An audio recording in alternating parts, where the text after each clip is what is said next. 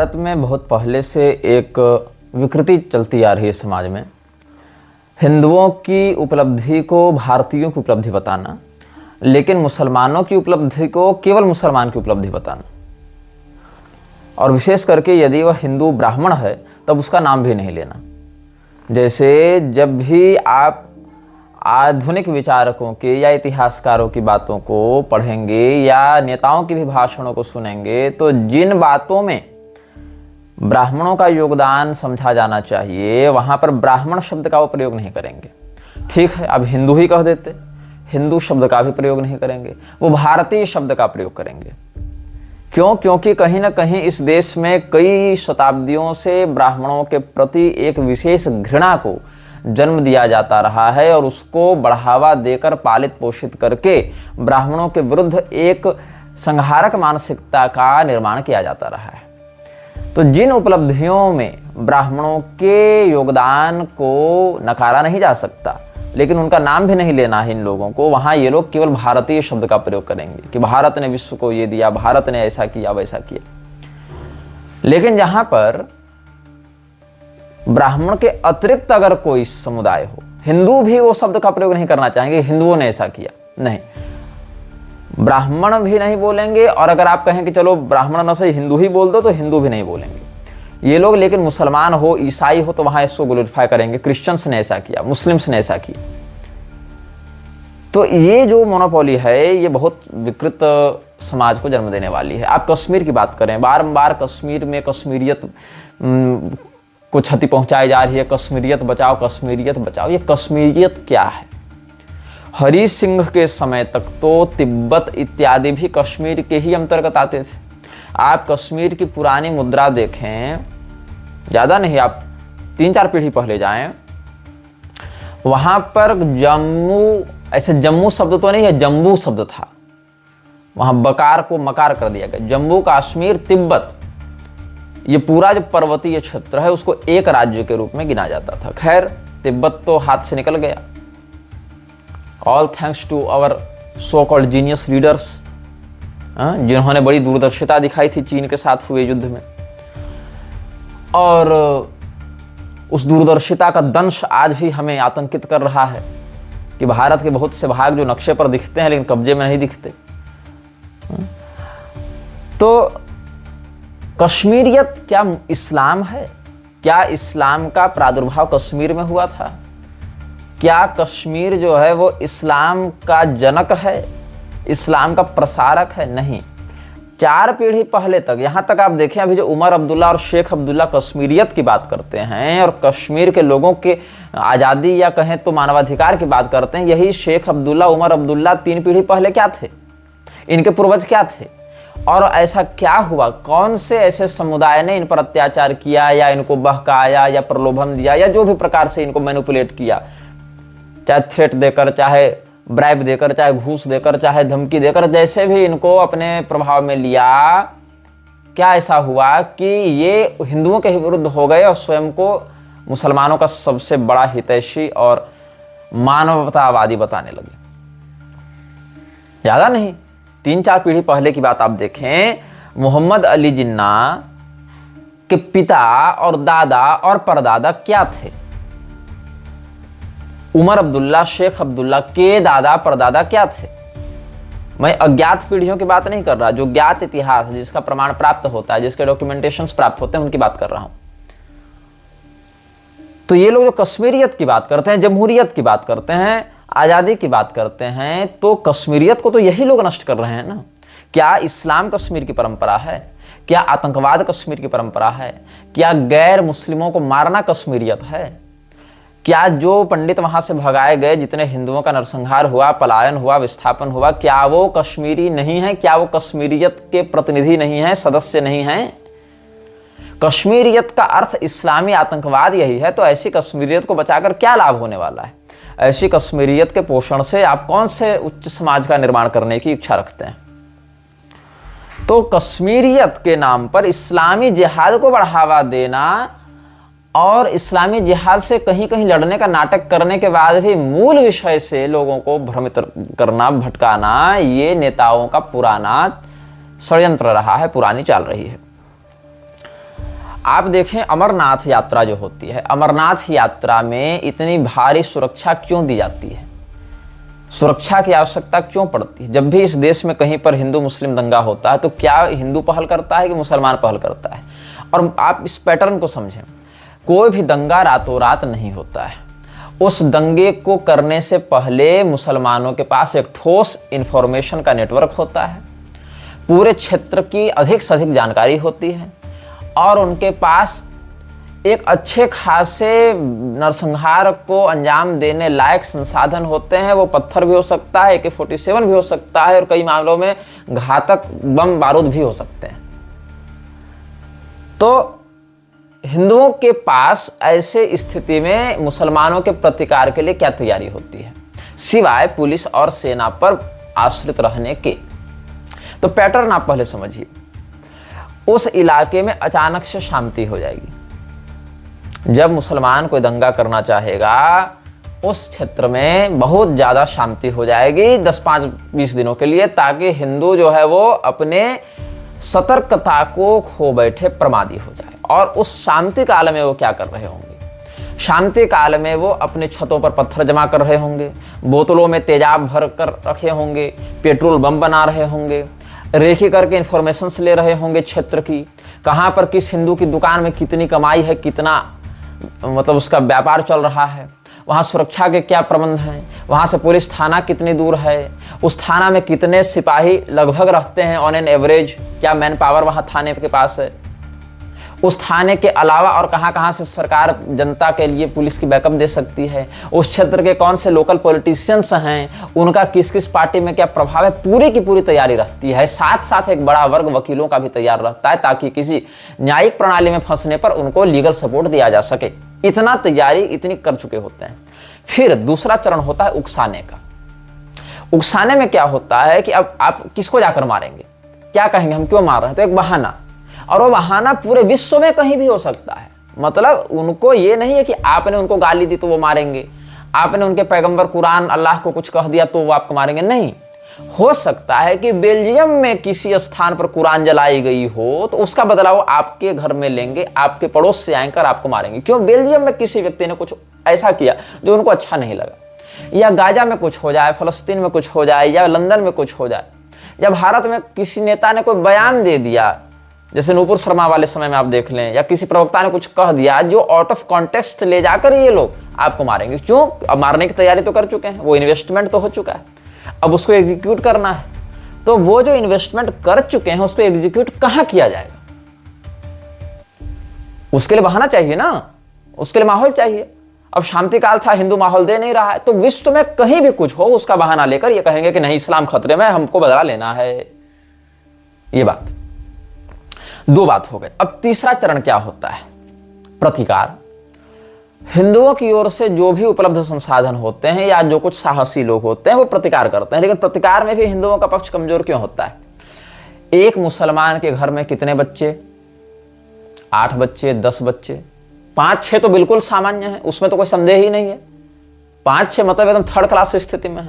8 से 10 बच्चे हैं, वो बच्चे 4 साल से लेकर 30 साल की उम्र तक रन कर सकते हैं। मतलब जब तक उनमें प्रोडक्टिविटी है, प्रजनन क्षमता, तब तक वो प्रिंट आउट मारते रहेंगे।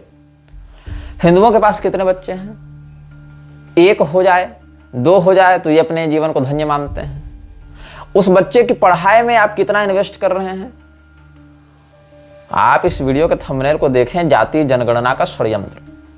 आपको जातीय जनगणना के षड्यंत्र को समझने के लिए इस पैटर्न को समझना पड़ेगा। पहले युद्ध के नाम पर जो चलता है, स्ट्राइक्स के नाम पर जो चलता है, इलेक्शंस के नाम पर जो चलता है, ग्लोबल समिट्स के नाम पर जो चलता है, उसके पीछे एक बहुत बड़ी लॉबी काम करती है, जिसका मुख्य कार्य होता है सेंसरशिप ऑफ इंफॉर्मेशन। आपके पास पहुंचने वाली सूचनाओं को इतना फिल्टर किया जाए कि उस सूचना से आप कुछ कर न सकें, और अगर करें भी तो सरकार के विरुद्ध न जा सकें। खैर, तो मैं बता रहा था कि एक हिंदू अपने बेटा बेटी के पढ़ाई में कितना खर्च करता है। ऑन एन एवरेज वो सालाना 3 से 4 लाख रुपए खर्च करता है। मैं बहुत बेसिक बता रहा हूं, आज के अगर आप खर्चे को देखें तो मतलब एक बच्चा है, उसकी पढ़ाई में एक शहरी अभिभावक उसके पढ़ाई प्लस कोचिंग्स को अगर जोड़ दें तो 10,000 तक खर्च हो जाता है।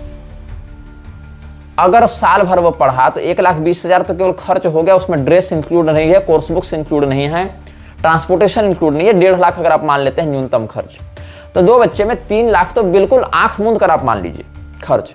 तो 3 लाख रुपए आपने उसकी शिक्षा में व्यय किए। शिक्षा में क्या मिला, कितना मिला, इसको आप तभी जान सकते हैं जब उसको 1 से 100 तक हिंदी में गिनती नहीं आती। ये तो उसकी शिक्षा का हाल है।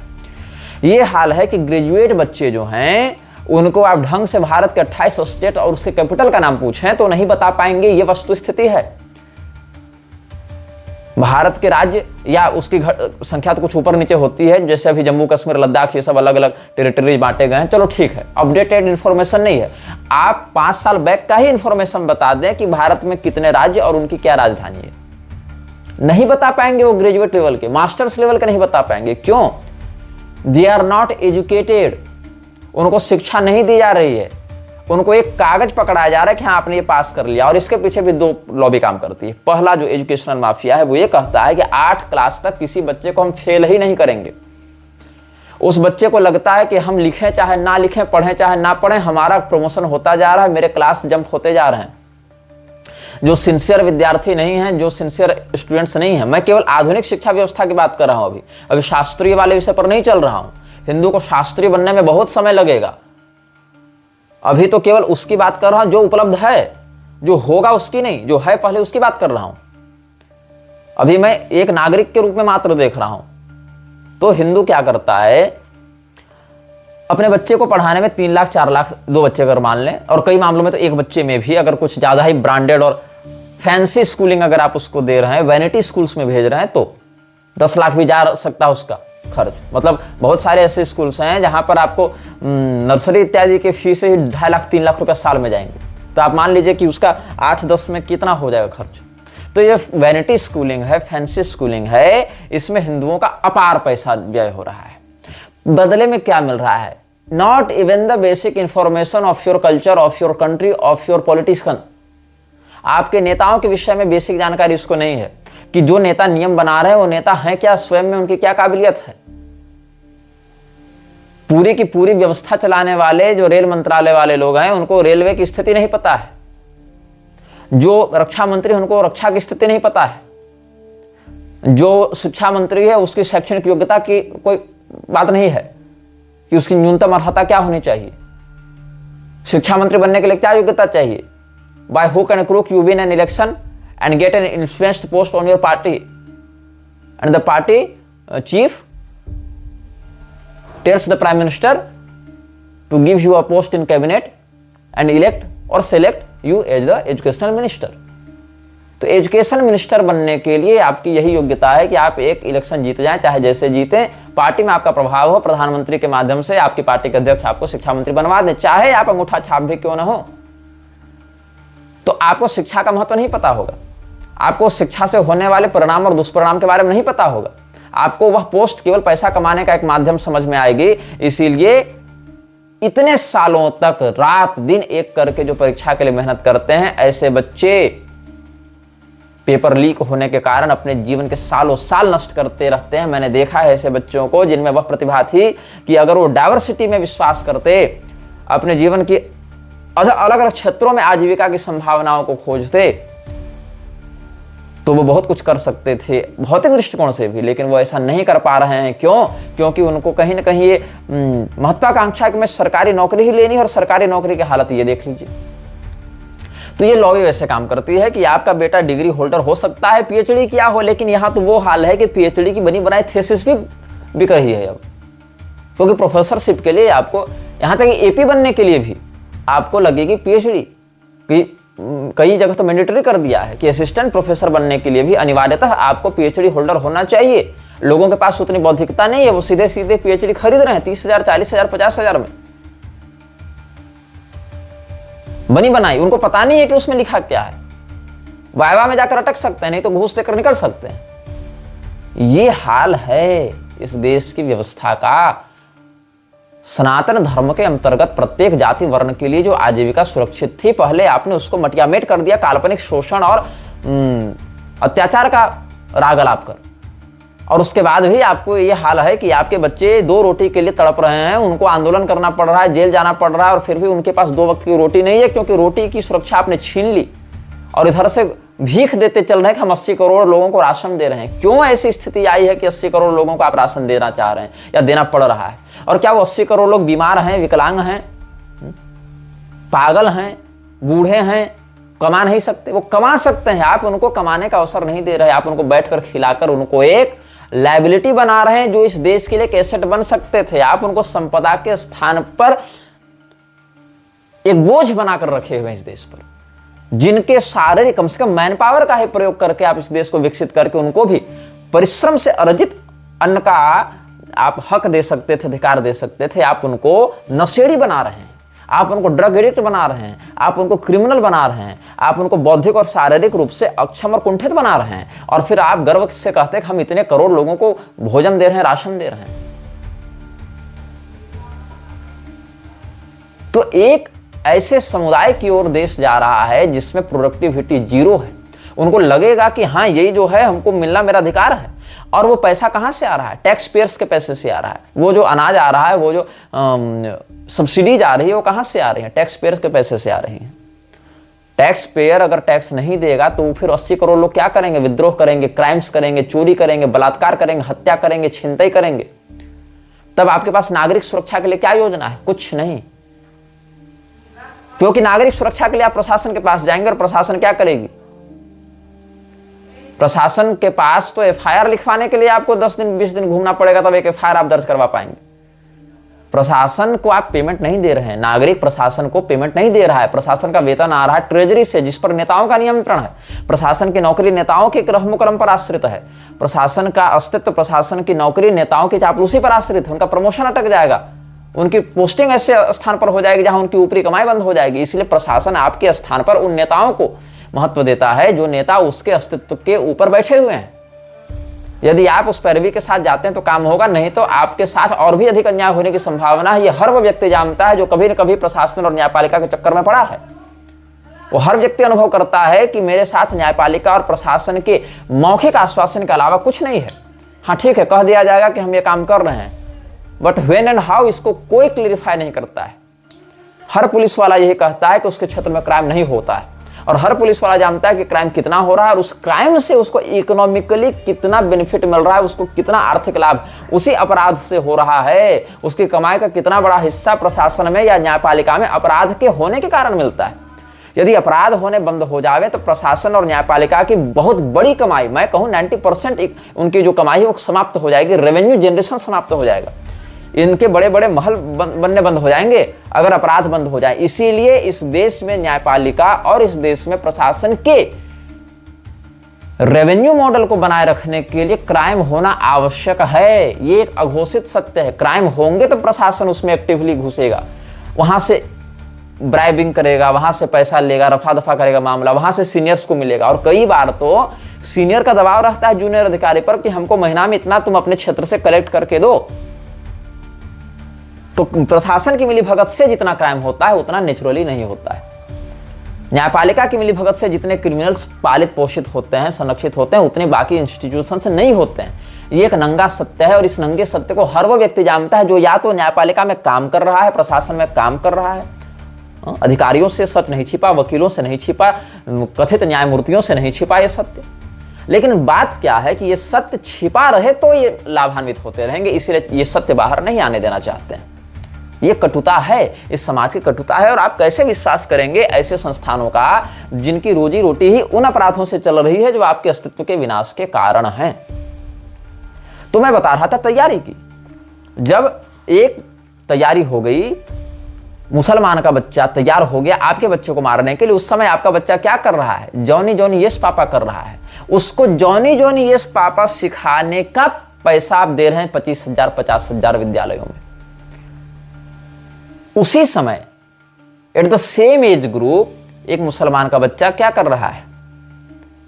वो 100 रुपये का एक चाकू ले रहा है और वो बकरे को जिबह करना सीख रहा है। वो खून से रिश्ता बनाना सीख रहा है, चमड़े से, मौत से, हत्या से अपनी मेंटलिटी को नॉर्मलाइज करने का प्रयास कर रहा है कि ये सब सामान्य है। बल्कि यही वास्तविकता है हमारे कर्तव्य की। और उसको वो 6 साल 7 साल का जो बच्चा है मुसलमान का, वो 100 रुपये का चाकू लेकर 2000 का बकरा खरीद के उसको 3 महीना खिला रहा है, उससे प्यार कर रहा है और अंत में उसी को काटने की ट्रेनिंग ले रहा है। आपका बच्चा आपकी गोदी से नहीं उतरना चाह रहा है, पापा पापा कर रहा है, आप उसको जॉनी जॉनी इस पापा के लिए 50,000 रुपये दे रहे हैं, नर्सरी स्कूल्स को, आप किंडरगार्टन्स को दे रहे हैं, और सुरक्षा के क्या इन्वेस्टमेंट्स हैं आपके? 3 लाख 4 लाख आप उसको सालाना स्कूल में दे रहे हैं, आप 30 से 40,000 रुपया क्या उसकी सुरक्षा के लिए दे रहे हैं? क्या उसको आप शारीरिक रूप से ट्रेनिंग दे रहे हैं कि चलो अगर कभी जीवन में आत्मरक्षा की आवश्यकता पड़ी तो क्या होगा? नहीं। यहां तो हिंदुओं की स्त्रियां अपने आप को हाई क्लास हाई प्रोफाइल दिखाने के लिए किटी पार्टीज में बोस्टिंग करती हैं, डींग हाँकती हैं कि मेरा बेबी जो है ये ऐसा नंबर लाया, मेरा बेबी ये राइम पर रील बना रहा है, मेरा बेबी ये कर रहा है। अरे तुम्हारे बेबी को कब कच्चा चबा जाएंगे, तुमको पता नहीं? तुम्हारा बेबी, पैम्परिंग करना बंद करो। इनके बेबी की ये हालत होती है कि अगर इनको कहा जाए कि 5 किलोमीटर दूर चौक से जाकर ये सब्जी ले आओ, तो इनको धनिया पुदीना मेथी का अंतर नहीं पता है। इनके बेबी को शरीर बढ़ रहा है केवल इसके बेबी का। तो म्लेच्छराज यही चाहता है। क्या चाहता है? कि गुलाम तैयार किए जाएं अधिक से अधिक, जो स्वतंत्र रूप से बोलने सोचने की क्षमता खो दें, उनको वही बताया जाए जो उनको गुलाम बनाए रखेगा। मतलब एक पेन ड्राइव है, उसमें जो डाटा है उसे कॉपी पेस्ट करके आप 100 जगह कर दीजिए। प्रोडक्टिविटी कहां है? अनुसंधान कहां है? वो तो आप डाटा कॉपी पेस्ट कर रहे हैं ना। तो 8 से 10 बच्चे जब मुसलमानों के, जिनको 5 साल 4 साल की उम्र से हत्या की ट्रेनिंग दी जा रही है आपके विरुद्ध, वो जब एक साथ आएंगे तो आपका ये बेबी जो है ये 25 साल 30 साल का भी रहेगा ना, तो इसके अंदर वो हिम्मत नहीं है कि वो उनसे लड़कर अपनी जान केवल बचा ले। ये नहीं कर सकता। हिंदू और मुसलमान की महिलाओं में एक बहुत बड़ा अंतर है। वो क्या अंतर है? अगर सड़क पर कोई मारपीट की स्थिति हो गई है, सड़क पर यदि कोई ऐसी स्थिति आ गई हिंदू मुसलमान वाली, तो मुसलमान की महिलाएं अपने पति, अपने भाई, अपने बेटे, अपने देवर, सबको, और कई बार तो स्वयं भी हथियार लेकर बाहर निकल जाएंगे, चाहे उनके हाथ में एक छोटा सा ब्लेड ही क्यों ना हो। देखिए, हत्या या रक्षा हथियार से नहीं नीयत से होती है। उनमें वो भावना होनी चाहिए। जिसको मारना है उसको हथियार की आवश्यकता नहीं पड़ेगी, और जिसको नहीं मारना है उसके हाथ में परमाणु बम भी दे दीजिए तो नहीं मारेगा। वो सब कुछ यहां होता है, यहां के बाद ये चलता है, यहां पहले बात बनती है, इससे ये संचालित होता है। यदि यहां किसी के मन में आ गया कि आपको मार देना है, तो हर वो चीज उसको प्रकृति में हथियार ही लगने लगेगी जिसको आज तक किसी ने हथियार नहीं माना। वो एक पेड़ की टहनी तोड़कर उसको नुकीला करके भी आपको मार सकता है, यदि यहां पर वो बात आ गई कि मारना है। और अगर उसके मन में यहां बात नहीं है कि आपको मारना है, दिमाग में नहीं है ये बात, ये डाटा फीड नहीं हुआ है, तो आप उसके हाथ में लोडेड गन दे दीजिए तो भी वो नहीं मारेगा। ये प्रवृत्ति की बात है। हत्या, अपराध ये संसाधन से नहीं प्रवृत्ति से होते हैं।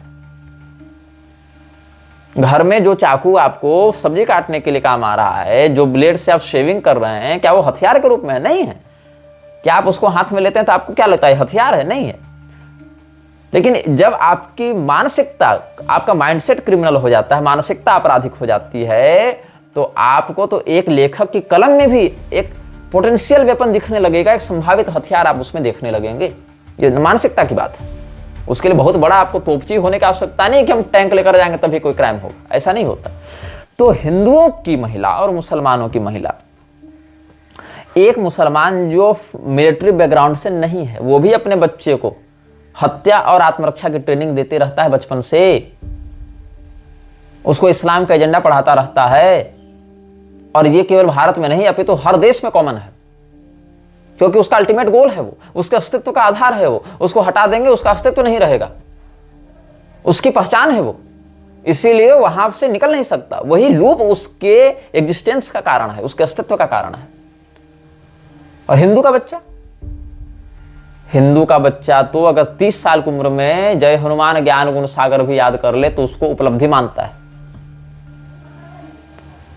तो हिंदू का जो परिवार है और मुसलमान का परिवार में क्या अंतर है? हिंदू अपने बच्चे को शिक्षित करना चाहता है, अच्छी बात है, कीजिए, लेकिन शिक्षा हो, आजीविका हो, ये तब होगा जब आप जीवित रहेंगे।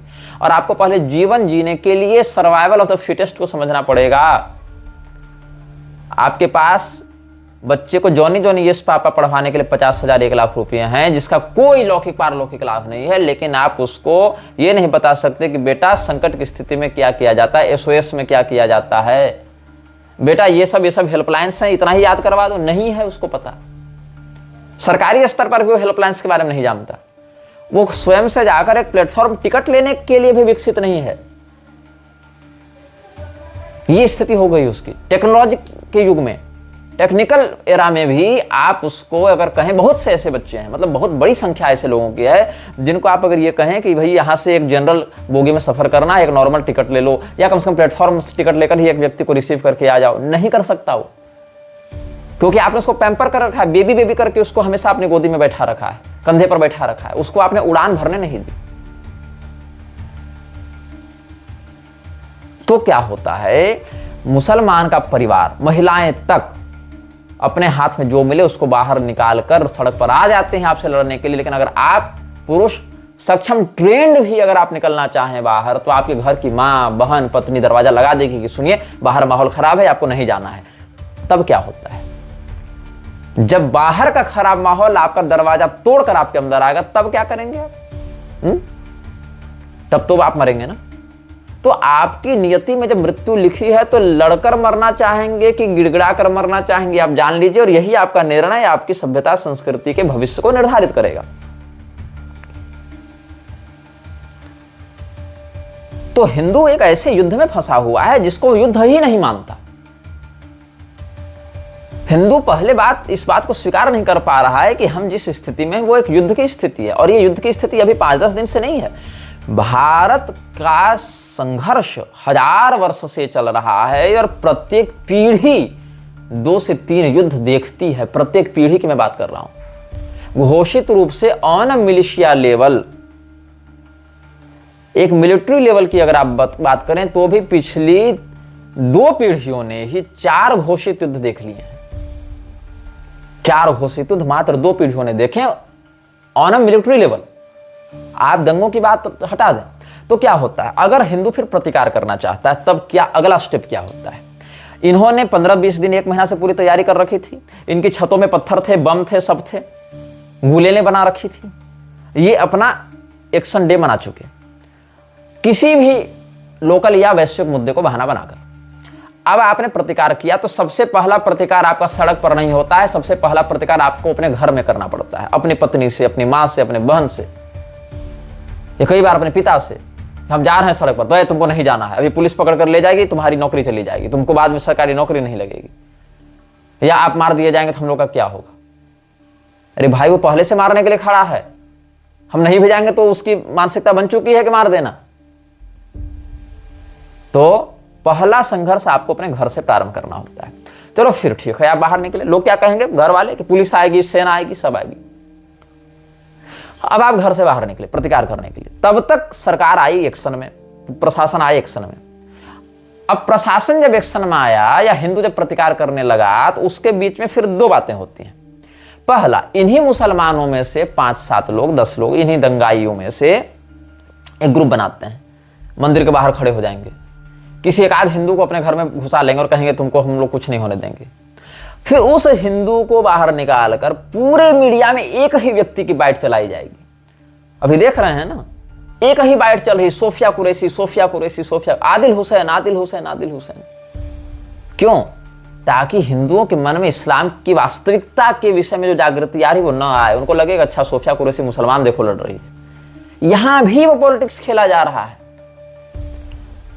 वो जो गुडविल बनाने की जो है ना, इमेज क्लीनिंग, मानो पूरे भारतीय सेना के 28 लाख लोग मर चुके हैं, केवल एक सोफिया कुरैशी जिंदा बच गई है, और हमारा पूरा अस्तित्व, हमारा पूरा बदला एक मुसलमान पर आश्रित है। ये देख रहे हो मार्केटिंग? उस 28 लोगों में से कितने लोगों के नाम आपको पता है? लेकिन आदिल हुसैन मीडिया बाइट में घूम रहा है कि एक मुसलमान मर गया। अरे भाई, अगर वो मुसलमान मर गया तो उस मुसलमान को मारने वाले आतंकवादियों के विरुद्ध कितने मुसलमानों ने आंदोलन किया, भारत में युद्ध की मांग की या आतंकवादियों पर कार्रवाई की मांग की, बताओ। या भारत के कितने मुसलमान सोफिया कुरैशी के नाम की माला जप रहे हैं। ये नाम की माला जपने वाला भी हिंदू ही है। ये इमेज क्लीनिंग की जा रही है सरकार के द्वारा, ताकि आपके मन में अपने वास्तविक शत्रु के प्रति जो आक्रोश है उसको बिल्कुल समाप्त कर दिया जाए और क्रेडिट ले लिया जाए कि हमने ऐसा किया। तो आप समझें ऐसे कि जब हिंदू प्रतिकार करने जाता है तो ये लोग फिर दो चाल चलते हैं। पहली चाल क्या है, किसी एक हिंदू, दो हिंदू को अपने घर में दुकान में शरण देकर कहेंगे कि देखो मुसलमानों ने हिंदू को बचाया। तब फिर नैरेटिव क्या बन जाएगा कि मुसलमान बचाने वाले होते हैं, मारने वाले नहीं होते। ये नैरेटिव बन जाएगा और उस एक व्यक्ति हिंदू की बाइट लेकर इतना मीडिया में घुमाया जाएगा कि लोग भूल जाएंगे कि बचाने की नौबत क्यों पड़ी, किससे बचाया जा रहा था उसको। मतलब वो जो जान बचाकर भाग रहा था और मुसलमान ने उसको बचाया, तो आखिर मारने वाला कौन था, वो किस भावना से प्रेरित होकर मार रहा था, उस मारने के पीछे कितने महीनों की, वर्षों की, दिनों की, घंटों की तैयारी थी, क्या था। ये पूरा का पूरा विषय ही बदल जाएगा, नैरेटिव ही बदल जाएगा। और दूसरा कि मुसलमानों ने मानव श्रृंखला बनाकर मंदिर को बचाया, गौशाला को बचाया, गुरुकुल को बचाया। किससे बचाया? उसको, मंदिर को नुकसान पहुंचाने कौन आ रहे थे? हिंदू आ रहे थे। जापान अमेरिका से आ रहे थे लोग, मंगल ग्रह से आ रहे थे। तो ये बात छिपाने के लिए कि मारने कौन आ रहा था और क्यों आ रहा था और उसको मारने का मन क्यों किया, इसको छिपाने के लिए और फिर से पीड़ितों को मूर्ख बनाने के लिए एक नया ट्रेंड सेट किया जाएगा कि मुसलमान तो बचा रहे थे। भाई किससे बचा रहे थे और बचाने की स्थिति क्यों आई और मारने वाला कौन था और वो किस भावना से, किस उत्प्रेरणा से, कहां से वो इन्फ्लुएंस होकर मारने आ रहा था।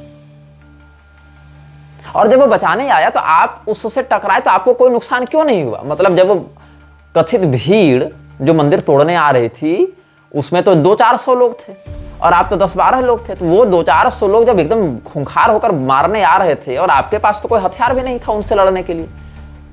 जो मुसलमान मंदिर बचा रहे थे उनके हाथ में क्या तलवारें थी, क्या उनके हाथ में बम बारूद थे? आप लड़ने के लिए कैसे गए उनसे? तो वो ऐसा क्या हो गया कि वो 200-400 लोगों की भीड़ आई और आपको मारे बिना चली गई और आप बचा भी लिए? वाह! और धन्य रे हिंदू की मूर्खता कि ये इस बात को सच मान लेता है और कहता है कि हिंदू मुस्लिम भाई भाई। फिर तीसरा चरण क्या आता है? सरकार का हस्तक्षेप। अब प्रशासन एक्टिव होगा। प्रशासन एक्टिव होगा, सबसे पहले इंटरनेट बंद करेगा। क्यों? ताकि ये बताया जा सके कि हम अफवाहों से जनता को बचाना चाहते हैं। रूमर्स फैल रहे हैं, रूमर्स नहीं फैल रहे हैं, आप इंफॉर्मेशन को फिल्टर कर रहे हैं, सेंसर कर रहे हैं ताकि लोगों को वास्तविकता ना पता चले। जब मुसलमान रेकी करता है, मुसलमान तैयारी करता है, तब आपका इंटरनेट बहुत बढ़िया से चल रहा होता है। लेकिन जब हिंदू उन घटनाओं को जनता के सामने लाना चाहता है, देश के सामने लाना चाहता है, तो आप क्या करते हैं? इंटरनेट बंद कर देते हैं, कर्फ्यू लगा देते हैं। मुसलमान तो अपने घर से निकलकर हिंदुओं को मार चुका। हिंदू जब जवाब देना चाहता है तब आप करते हैं कर्फ्यू कि हम अब दंगा नहीं होने देंगे। दंगा तो हो चुका, अब तो बात है हम प्रतिशोध लें। उस प्रतिशोध के समय सरकार और पुलिस कानून व्यवस्था और न्याय व्यवस्था की दुहाई देकर लगा देगी कर्फ्यू, इंटरनेट बंद कर देगी। तब आप निकलेंगे तो आप ही को जेल में डालेगी कि तुम ही दंगा भड़का रहे हो। ये स्थिति है इस देश में हिंदुओं की। उनको मारना था, वो मार कर जा चुके, और अगर उनमें से 2-4 गिरफ्तार भी हो गए तो उनका लीगल सपोर्ट और पॉलिटिकल सपोर्ट तुरंत एक्टिव हो जाता है। अगर किसी अधिकारी ने उनको गिरफ्तार किया तो अगर वो मुसलमान है तो पूरा सपोर्ट है, और अगर हिंदू है तो उसके ऊपर पॉलिटिकल प्रेशर बनाया जाता है। ये पैटर्न काम करता है। तो ऐसे नरसंहार की तैयारी हिंदुओं की चल रही है, सिलसिलेवार क्रमशः चल रही है। और जो रक्षक हैं हिंदुओं के, जो हिंदुओं को इस प्रकार से संगठित करके कुछ करना चाहते हैं, उन रक्षकों को रासुका लगाकर, तो देशद्रोही बताकर, तो अफवाह उड़ाने वाला बताकर अवमानित किया जाता है। और जो भक्षक है उनको रक्षक बनाकर प्रस्तुत किया जाता है। जिनके कारण ये समस्या उत्पन्न होती है उन्हीं को समाधान बताकर प्रस्तुत किया जाता है। ये स्थिति, विकटता इस देश को निगलती जा रही है। सबसे पहले आपको वैचारिक रूप से प्रबुद्ध और स्पष्ट होना पड़ेगा कि आप जीवित हैं और आपके जीवन के ऊपर संकट क्या है, तो उस संकट का निवारण कैसे होगा। जब प्रशासन सड़क पर उतरती है, पुलिस उतरती है, प्रशासन उतरता है, तो मुसलमान उसको ये नहीं देखता कि मैं दंगाई हूं, मैं अपराधी हूं और ये कानून के रक्षक हैं, वो दृष्टिकोण ही नहीं रहता है। दृष्टिकोण ये रहता है कि मैं पैगंबर का सच्चा सिपाही हूं, मैं जिहाद करके जन्नत जाऊंगा और ये काफिर है, इसको मारने से हमको जन्नत मिलेगा। मात्र इतने ही मोनोपोली उसके अंदर रहती है। आप अपने बच्चे की पढ़ाई में 3 से 4 लाख रुपए इन्वेस्ट करते हैं हर साल, आप उस बच्चे की सुरक्षा के लिए क्या करते हैं? आपका बच्चा तो इस हालत में है कि आप उसको अगर आलू और चाकू दें तो भी वो आलू की सब्जी ठीक से नहीं काट पाएगा, वो अपनी रक्षा कैसे करेगा? जबकि मुसलमान का एक 8 साल का बच्चा पूरे के पूरे बकरे को काट सकता है, ये उसको ट्रेनिंग दी गई है। और हमेशा उसकी चाकू जब चलेगी तो बकरे की गर्दन नहीं होगी, वो आपके बेटे की गर्दन भी हो सकती है। तो इसको समझना आवश्यक है कि आप 3 से 4 लाख रुपया अगर अपने बच्चे के शिक्षा में हर साल दे सकते हैं, उसकी शादी में आप 50 लाख 1 करोड़ खर्चा कर सकते हैं, तो आप उसकी सुरक्षा के लिए भी 10-20 हजार 30 हजार साल में खर्चा कर सकते हैं। लेकिन आप नहीं करेंगे क्योंकि आपको शत्रुबोध नहीं है, और शत्रुबोध के अभाव वाला समाज कभी भी शत्रुओं से विजयी नहीं हो सकता, क्योंकि उसको पता ही नहीं कि हमको किस मोर्चे पर कितने समय तक किस विधि से लड़ना है। तो सबसे पहला जो चरण है वो है रेकी तैयारी, हथियारों का संग्रह। ये मुसलमान सबसे पहले करता है, और तब करता है जब शांति काल होता है, हिंदुओं के मन में संदेह भी नहीं उठता। दूसरा चरण ये होता है इंटरनेशनल या लोकल किसी मुद्दे को उठाकर बहाना बनाकर अपने उस की गई तैयारी को प्रभावी रूप से लागू करना, हिंसा करना, आगजनी करना। तीसरा चरण ये होता है जब हिंदू प्रतिकार करना चाहता है तो उसी के घर वाले कहते हैं कि बाहर माहौल खराब है, नहीं निकलने देंगे, और अगर निकल जाता है तो क्या होता है? प्रशासन के द्वारा कर्फ्यू लगा दिया जाता है, इंटरनेट बंद कर दिया जाता है। साथ ही साथ मुसलमानों की मानव श्रृंखला ने इसको बचाया, मुसलमानों ने हिंदुओं को बचाया, इसकी एक विशेष बाइट लेकर पूरे मीडिया में एक नैरेटिव सेट करने के लिए चलाई जाती है, ताकि हिंदू के मन में जो आवेश था, जो वास्तविकता समझ रहा था, वहां से पूरा उसको मैनिपुलेट करके ब्रेन वॉश करके लाया जाए कि हाँ all is well, all is well, all is well. मुसलमान तो बचाने वाले होते हैं। और ये स्थिति हिंदू को पता नहीं कब समझ में आएगी। हिंदू पार्टी का गुलाम हो चुका है, मठों का। वो मठ भी किसके? पहले से पार्टी के गुलाम है ना। ये जो स्पिरिचुअल माफिया, जुडिशियल माफिया और जो पॉलिटिकल माफिया की जो गठजोड़ है, उसमें हम जैसे लोग रोज गाली सुनते हैं कि तुम संत निंदा करते हो, तुम तो निंदक हो, निंदकाचार्य लोग हमको कहते हैं। कोई बात नहीं, हमारे वक्तव्य और हमारे उद्देश्य का महत्व समाज समझेगा, लेकिन जिस समय समझेगा उस समय उसके गर्दन पर तलवार होगी, और समझने के बाद वो कुछ करने लायक बचा नहीं होगा। इतिहास हमारे उद्देश्य को समझे या ना समझे, लेकिन अपने हिस्से का काम हम कर रहे हैं। और आगे के अनुभागों में जाति जनगणना को और अधिक स्पष्ट हम करेंगे कि कैसे इसके दुष्परिणाम होंगे और इसके पीछे की षड्यंत्र और योजना क्या है। ये श्रृंखला 3-4 एपिसोड तक और चलेगी जाति जनगणना वाले विषय पर। 2 एपिसोड तो हो ही चुके हैं इस विषय पर, 3 हो चुके हैं आज इस वाले को मिलाकर, और भी 2-3 एपिसोड तक ये विषय जाएगा। लेकिन आपको क्रमशः आपको पूरी स्थिति को समझाते हुए हम आगे मार्गदर्शन करने का प्रयास करेंगे। This video may get deleted soon. Please download using third-party apps. You may also re-upload this video on your channels. Thank you.